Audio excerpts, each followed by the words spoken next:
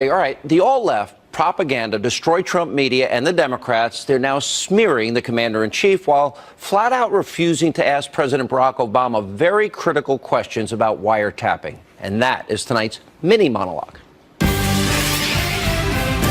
All right, so the left is breathlessly saying that the president isn't telling the truth over wiretapping allegations. Now, just take a look at some of the headlines from the New York Times, CNN, the Washington Post smearing the president.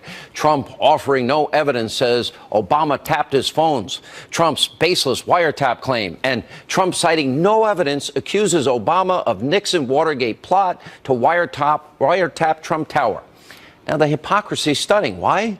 The New York Times is accusing the president of lying, but they are the ones that printed this headline on the front page of their paper of all days, January 20th. Wiretap data used in inquiry of Trump aides. Now, if you read the article, it says in part, quote, the FBI is leading the investigations, aided by the National Security Agency, the CIA, and the Treasury Department's Financial Crimes Unit. Now, the investigators have accelerated their efforts in recent weeks, but have found no conclusive evidence of wrongdoing, the official said. One official said intelligence reports based on some of the wiretapped communications had been provided to the White House. So the New York Times reported on wiretap communications that got to the White House. But somehow President Trump, he's the one who's lying? This is ridiculous, and it proves exactly why you, the American people, do not trust the media. Now, there's also the ridiculous statement from President Barack Obama's spokesman. A cardinal rule of the Obama administration was that no White House official ever interfered with any independent investigation led by the Department of Justice. As part of that practice, neither President Obama nor any White House official ever ordered, keyword, ordered surveillance on any U.S. citizen. Any suggestion otherwise is simply false. Now, the statement never said that President Obama didn't know about it, like the New York Times told us, just that he didn't order it. So is anyone in the press ever going to ask if Obama knew about the surveillance of an opposition party during an election year? Or will they just give him another pass? Here with reaction, editor-in-chief of LifeZette, Fox News contributor, nationally syndicated radio host. And she's got more titles than any guest we ever had, and best-selling author. And what are you throwing up in the air? My football? Just my phone. I just want to blow it up now and not even look at the phone. No, my phone's been blowing up all day too. Yeah. I can only imagine. All right, this is really important. They reported on it. So all Donald Trump has to say is, well, I was just quoting you guys. You guys supposedly tell the truth. Who would ever doubt the New York Times? It becomes amusing. When are they ever going to say, ooh, maybe we were wrong, and apologize and retract? Yeah, it's no doubt that January report, Sean, in the New York Times showed that the intelligence agencies had been monitoring former associates, advisors of Donald Trump. Applied for a FISA warrant once, was rejected, got a FISA warrant a second go-round. It looks like everyone from Roger Stone to Carter Page and Paul Manafort, and who knows how many other people were monitored. Now, I guess they're quibbling with the wording of Donald Trump's tweet. Okay, I'll concede that. Maybe the exact wording, maybe Obama didn't definitively order it, but maybe the president knew about it. Well, the New York Times, if you look at that statement, it says they did know about it. Yeah, well, definitely the administration did. I'm just saying specifically ordering it. I mean, that's what they're hanging this all on, and they did it at the White House briefing today. They went round and round and round with Sean Spicer about this. I think to little or no effect. What you see happening now in Washington is that Donald Trump's moving forward on his key agenda items, and there's a lot of disagreement on those agenda items, even among Republicans, as we're seeing with the Obamacare fight.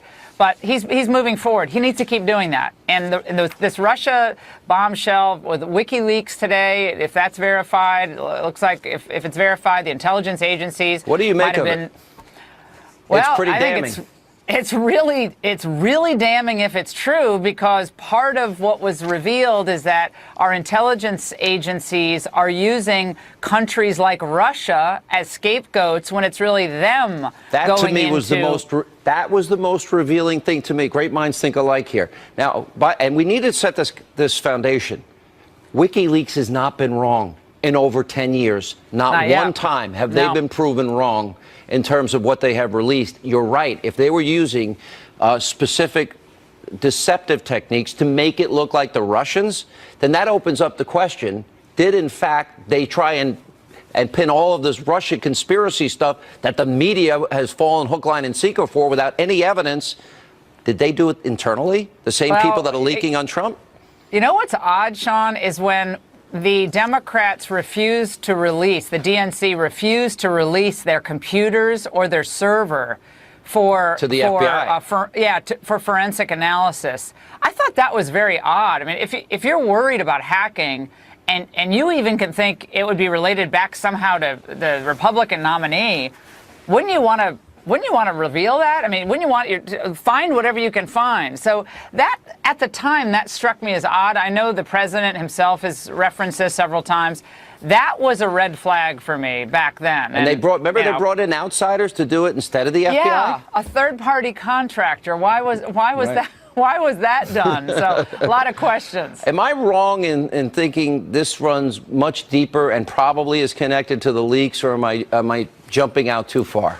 I don't think the White House communications team has to worry about the phones being looked at. You know, the team, like the assistant secretary, press secretaries, like leaking.